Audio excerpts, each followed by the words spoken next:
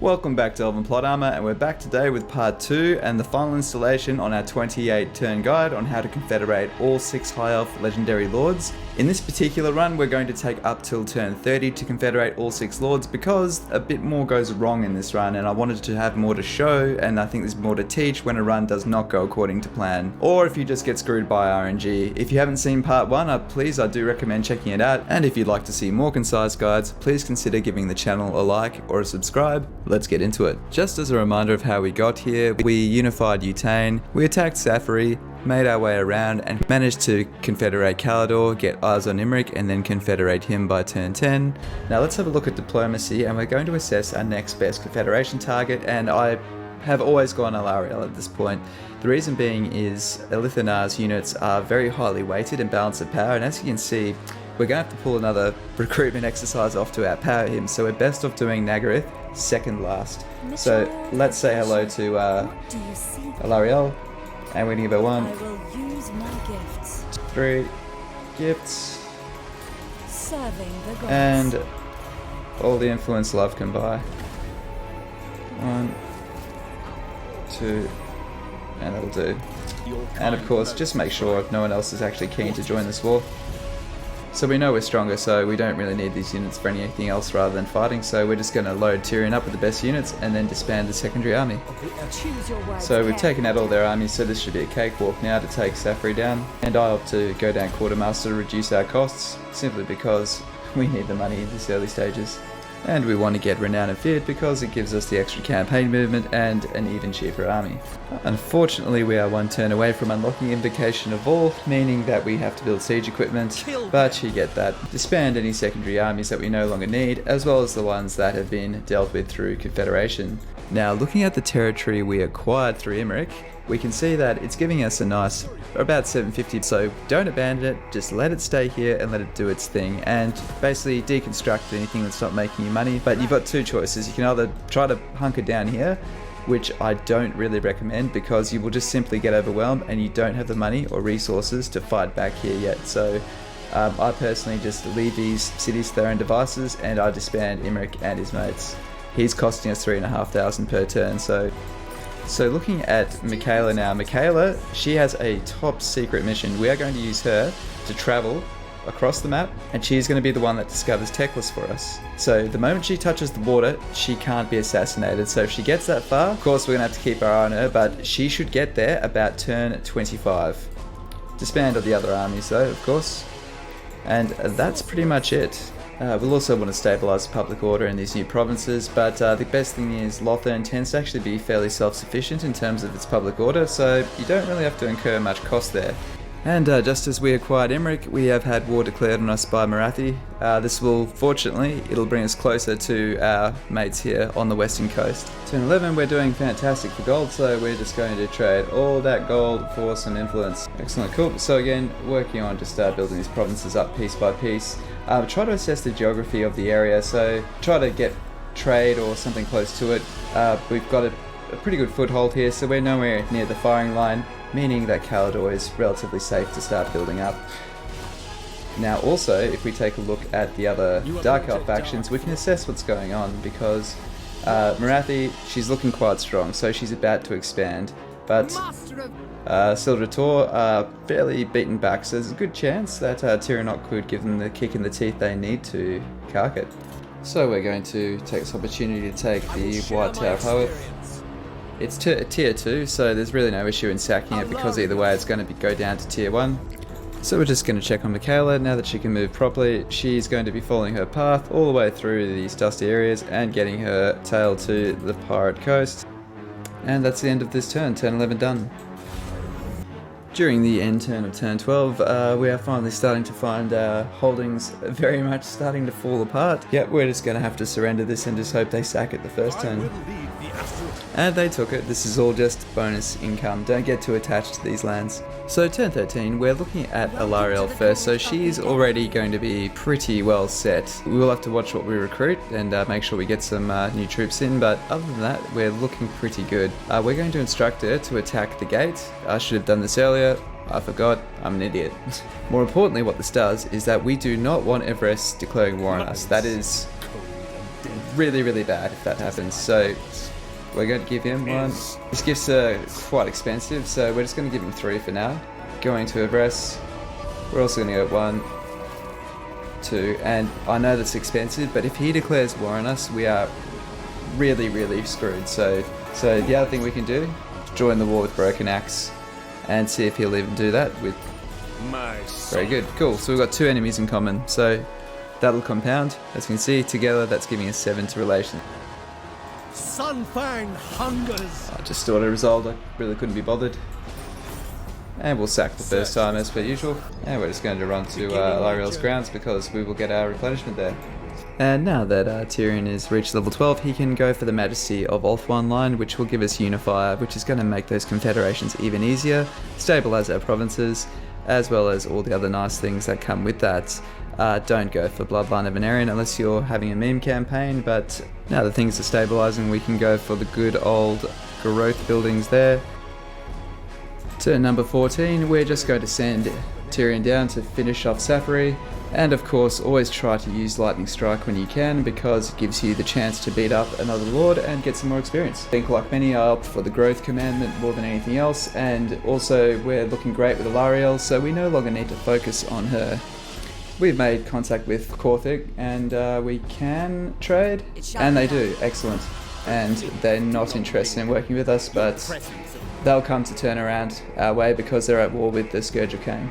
The good thing is they'll hopefully eliminate the Scourge of Cain and they'll be able to develop these provinces. The AI gets a growth buff on legendary difficulty, which means we'll basically get that benefit the longer we wait for them. So you want the legendary lords early so you can level them up the way you see fit, and the other provinces it's not too much of an issue because the AI can grow them for cheaper and quicker. Another very underrated thing about Etain is literally getting free influence. And also factions destroyed, so Anar has successfully destroyed the Bleak Holds, which means we can now direct him towards Naggarythe. So with Anar we're just going to see, well, he hates her, so... Very well. Well there we go. With the Confederation penalties worn off, so we're just going to see if we can... Yep, there we go. And we will non-aggression with them if we can. Okay, still, the trade is great. The trade is awesome. We should be able to trade now. He's such a dick, Eltharion. In Father's name, no. But he's not going to declare war on us, so this is moving the way we need. Alariel, join Confederation, yes please. And she's taken it. Next up we'll need to focus on Eltharion, of course. So let's go 1 and 5. Tyrion can now get Unify, which of course is very key. Plus 20 to High Elf. Diplomacy is great, as well as being able to stabilise with better public order. And we're going to increase our income for now. Sense of urgency is also great, but we don't need to recruit, we need money. We're going to collapse all secondary armies except for Alariel, the simple reason being we just need this income to build up our provinces. We're throwing away a lot of income to get these confederations, but with Alariel, just remember, every turn she spends inside a province, she'll be able to generate some extra growth, income, and influence. So we're just going to get her to do a tour all the way down here and really just help these places grow and prosper. The first chance you get, you should always build a mage tower, so we're going to build that here. Now, we really don't want to piss off our neighbours too badly, so we're going to just down to Port Elistor, and he's going to start making his way around to the Cult of Pleasure so he can rendezvous and attack alongside Anar. He's going to spend 1 turn here just to try and stabilise the public order to slow the revolts before Alariel can come and assist. Turn 16, let's have a look at diplomacy. Eltharion should certainly be something we can work with now. 26, good, it's moving up nicely. So we'll be able to quite comfortably get both of these. Got another 4 turns to get him up to where we need, so we're going to give him a couple more gifts. 1, 2 more gifts is enough. So as we see, Naggarythe's already making our way down here, so just make sure you've got the coastline defended from Naggarythe and you can end the turn. If your campaign is going great, they will have already pushed Naggarythe back. If your campaign is having a hard time, she will be over here, so we need to stop her doing as much damage as possible. Anything she wrecks is going to go down in tiers, and we want to try and get things confederated while they're strong without taking any war damage. Great, so we've got ourselves a military access and defensive alliance lined up, so we're going to take that. In my father's name. As usual, just keep marching Alariel through your provinces to keep on getting that nice juicy power of nature bonus. We're just going to have to deal with this.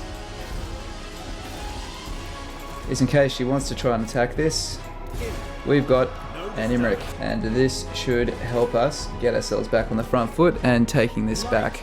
And now all of Ulthuan should be at war with Naggarythe, so that's great. So now we're looking to see, okay, we can't do it yet, so first see if we can just throw all our coin to him and make our problems go away. Come on. No.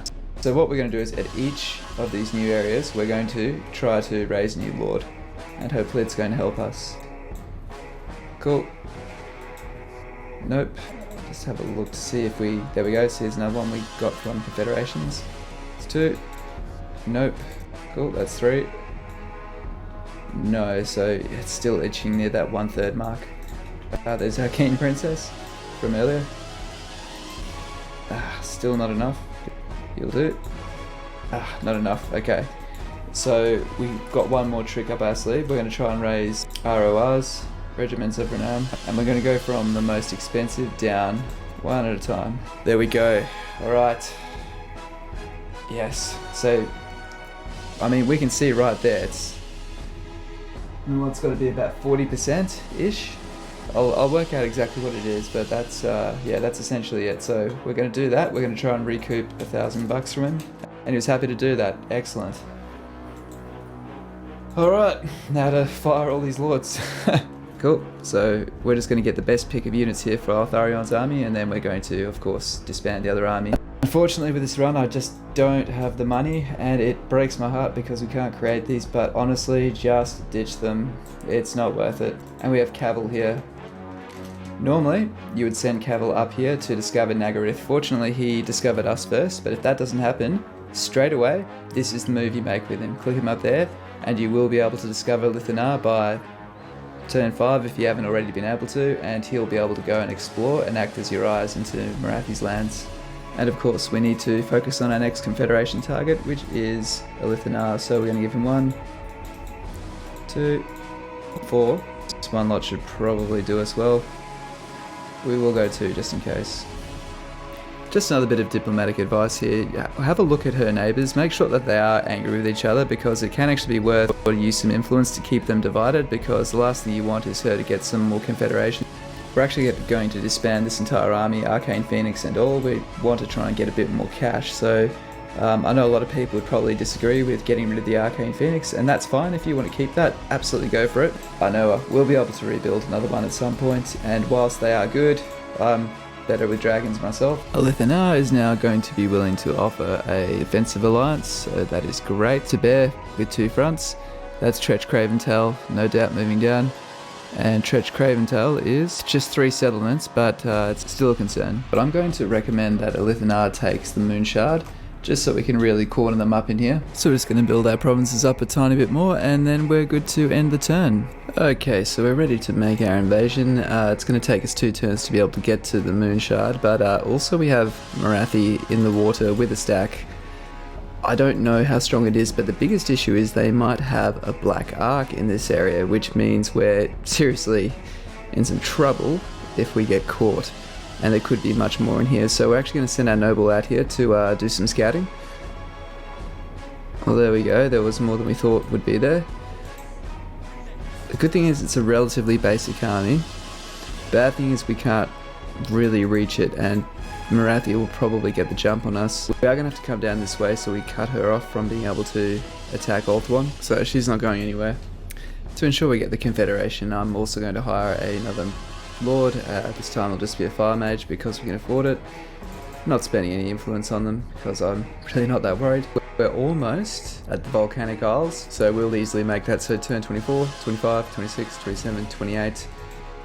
Back up to the top here, so we're able to repel Naggarythe.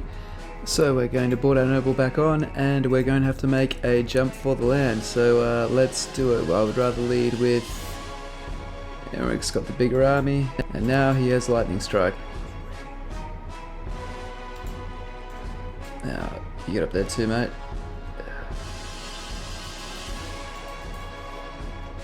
There we go. This is where we use the Invocation of Isha, and we can even heal on it. And we're a little bit below the balance pad where we'd like to be due to those losses we took, so we've just making sure we hire as many as we can in our 2 main armies as well as our secondary armies there. Okay, turn 25, moment of truth. Ah, thank God for that. Excellent. 25, we can pull Eltharion back out, and that's what we're going to do.